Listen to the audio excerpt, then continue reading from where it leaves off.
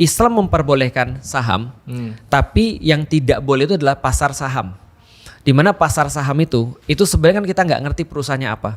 Tapi kalau misalnya saham itu boleh. Jadi aku bisa punya saham di satu perusahaan tertentu misalnya. Tapi ketika di pasar saham, kalau aku tidak bisa memastikan itu, maka akadnya menjadi sesuatu yang tidak bagus. Contoh kayak gini ya misalnya ya.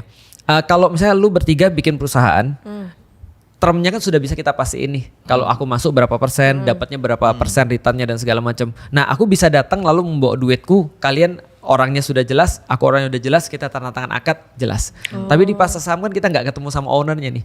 Orang masuk keluar itu kan nggak ada yang bisa mastiin dan nggak ada yang bisa tahu kan. Contoh misalnya kayak gini nih.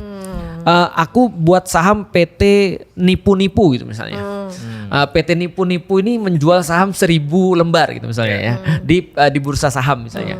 Nah tiba-tiba PT nipu-nipu ini lagi naik nih, sentimennya bagus gitu kan ya. Orang-orang pada, wih naik nih, naiknya parah, beli gitu kan ya. Padahal nggak ada perusahaannya sama sekali. Memang aku perintahin, beli biar goreng naik. Nah setelah goreng naik, beli sahamnya naik, orang pada beli semua sampai di atas dibanting tuh, dijual.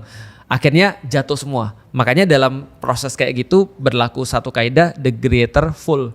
Kan gitu kan ya. Siapa yang bodoh paling akhir kan gitu kan ya.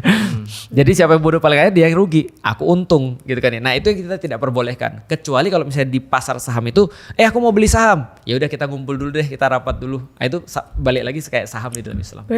Berarti gimana akadnya? Akadnya. Sebenarnya kalau pasar saham yang semestinya itu kayak gitu. Oke. Cuma kan ditunjukkan bahwa regulator Benar. atau aturan-aturan Indonesia itu tidak cukup ketat dan tidak cukup rajin untuk memastikan hal-hal itu tidak terjadi. Iya.